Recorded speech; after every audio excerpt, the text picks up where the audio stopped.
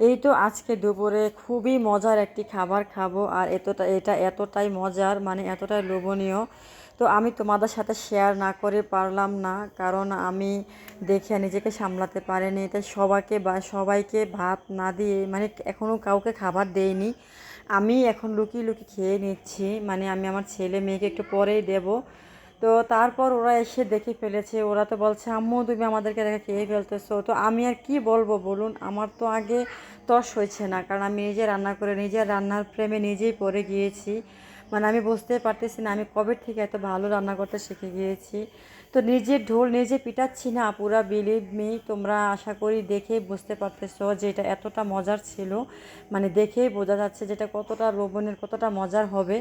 আমি কিন্তু সাথে এখানে পাঁচমিশালি শুটকির শাকও নিয়েছিলাম, কিন্তু দেখো আমি একটুও ধরিনি, কারণ আমার মন চাচ্ছে যে এটা দিয়ে আমি আজকে খেয়ে ফেলবো।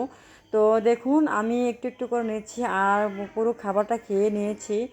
তো এটা হচ্ছে গরুর চামড়ার মাংস রান্না করেছিলাম, আর এটা খুবই মজার ছিল, খুবই লোভনীয় ছিল।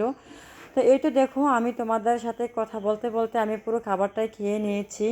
তো এই তো রান্নাটা কেমন হয়েছে তো বলবে। তো আজকে দুপুরে কে কী রান্না করেছো আর কে কী খেয়েছো কমেন্টে জানাতে পারো। আল্লাহ হাফেজ।